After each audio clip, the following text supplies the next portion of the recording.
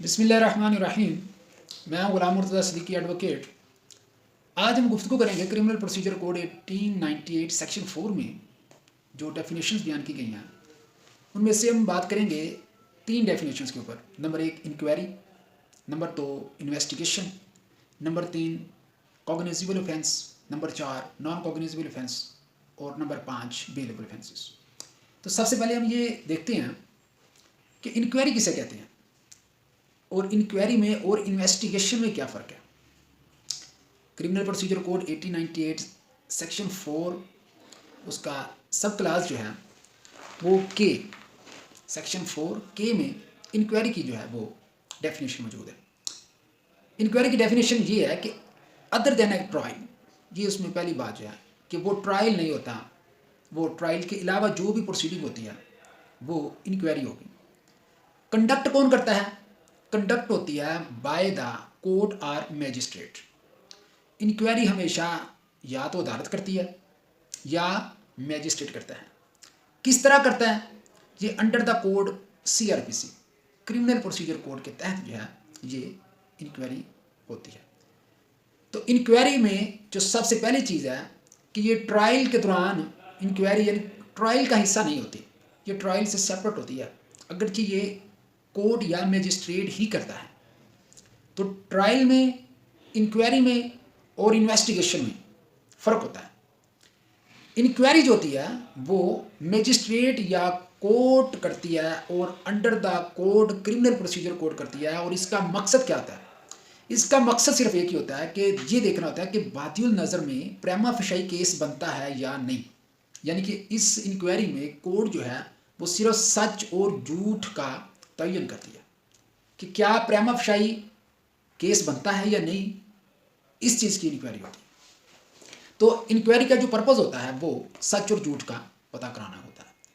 जबकि इन्वेस्टिगेशन जो होती है, इन्वेस्टिगेशन सेक्शन 4 और उसकी क्लास जो है वो आई जो है उसमें इन्वेस्टिगेशन की जो है वो डेफिनेशन बयान की गई है। इन्वेस्टिगेशन से मुराद ये कि all proceedings under this code for the collection of evidence, यानी कि जितनी भी प्रोसीडिंग्स है, जितनी भी कार्रवाइयाँ होनी है क्रिमिनल प्रोसीजर कोड के तहत, और जिनका मकसद क्या है, सिर्फ एक ही मकसद है और वो मकसद होता है कलेक्शन ऑफ एविडेंस, सबूत इकट्ठे करने होते हैं।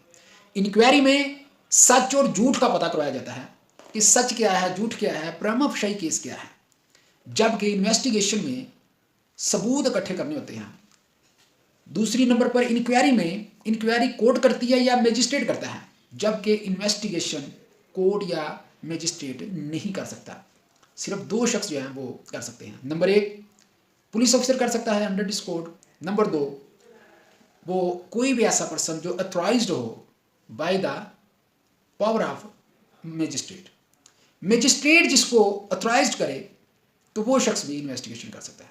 तो इन्वेस्टिगेशन क्रिमिनल प्रोसीजर कोड के तहत सिर्फ 2 लोग कर सकते हैं। नंबर 1 पुलिस ऑफिसर कर सकता है, नंबर 2 कोई भी शख्स जिसको अथॉराइज्ड किया हो मैजिस्ट्रेट या कोर्ट ने फॉर द इन्वेस्टिगेशन। और इन्वेस्टिगेशन का मकसद क्या होता है? इसका एक ही मकसद होता है, वो है कलेक्शन ऑफ एविडेंस। तो इंक्वायरी में और इन्वेस्टिगेशन में फ़र्क ये है कि इंक्वायरी कोर्ट करती है या मैजिस्ट्रेट करता है, जबकि इन्वेस्टिगेशन जो है ये पुलिस ऑफिसर करता है या अदालत या मैजिस्ट्रेट किसी भी शख्स को अथॉराइज्ड कर दे for the purpose of investigation. तो इन्वेस्टिगेशन जो है वो पुलिस ऑफिसर कर सकता है या कोई भी कोर्ट के बिहाफ पर कोई भी शख्स कर सकता है। तीसरी चीज़ ये होती है, इंक्वायरी का मकसद जो होता है, द पर्पज ऑफ इंक्वायरी ये होता है कि ये सच और झूठ को जो है उसका पता करवाना होता है। प्रेमा फशाई मामला को देखना होता है कि बातिल नज़र में मामला है क्या। जबकि इन्वेस्टिगेशन में उसका जो मकसद होता है, इन्वेस्टिगेशन का मकसद होता है कलेक्शन ऑफ एविडेंस के सबूत इकट्ठे करने होते हैं। उसके बाद कॉग्निजेबल ऑफेंस और non cognizable offence. Criminal procedure code 1898 section 4 उसका जो है वो क्लास जो है वो क्लास एन जो है वो नॉन कॉग्निजेबल ऑफेंस के बारे में बात करती है। कॉग्निजेबल ऑफेंस जो है इसका मतलब ये होता है कि जिसके जरिए कोई भी ऐसा ऑफेंस या केस जो नॉन कॉग्निजेबल हो और वो उसमें पुलिस जो है वो विदाउट ऑर्डर ऑफ मैजिस्ट्रेट किसी भी शख्स को अरेस्ट नहीं कर सकती और ना ही FIR दे सकती। तो नॉन कॉग्निजेबल ऑफेंस में पुलिस जो है ना तो इन्वेस्टिगेशन कर सकती है, ना FIR दर्ज कर सकती है, ना ही कोई किसी किस्म की कोई कार्रवाई कर सकती है जब तक वो मजिस्ट्रेट के पास under section 155 criminal procedure code section 155 जो है वो ये कहता है कि जब कोई केस जुर्म जो है वो नॉन कॉग्निजेबल हो, तो नॉन कॉग्निजेबल ऑफेंस जो है उसके बारे में कोर्ट जाके थाने में जो है वो आप इन्फॉर्मेशन देती हैं और एक स्पेशल रजिस्टर होता है उसके पास थाने में, और उसमें जो इन्फॉर्मेशन को लिखा जाता है और उसके बाद फिर वो जो पुलिस ऑफिसर है वो मजिस्ट्रेट की कोर्ट में पेश होता है और फिर वहाँ से ऑर्डर हासिल करता है नॉन कॉग्निजेबल ऑफेंस की इन्वेस्टिगेशन और एफआईआर के लिए।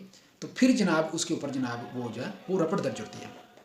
तो इन्वेस्टिगेशन तो नॉन कॉग्निजेबल ऑफेंस में without warrant of the court जो है वो किसी भी शख्स को गिरफ्तार नहीं किया जा सकता, जबकि कॉग्निजेबल ऑफेंस वो होता है कि जिसमें जो है वो पुलिस जो ये क्लास एफ जो है उसमें cognizable section 4 class F criminal procedure code, इसमें जो है वो कॉग्निजेबल ऑफेंस के बारे में बताया गया है कि कॉग्निजेबल ऑफेंस में कुल वो होते हैं जिनमें पुलिस जो है वो विदाउट ऑर्डर या विदाउट वारंट जो है वो किसी भी शख्स को गिरफ्तार कर सकते हैं। उसके बाद एक ट्रायल, ट्रायल जो होता है ना ये क्रिमिनल प्रोसीजर कोड में 3 तरह का होता है।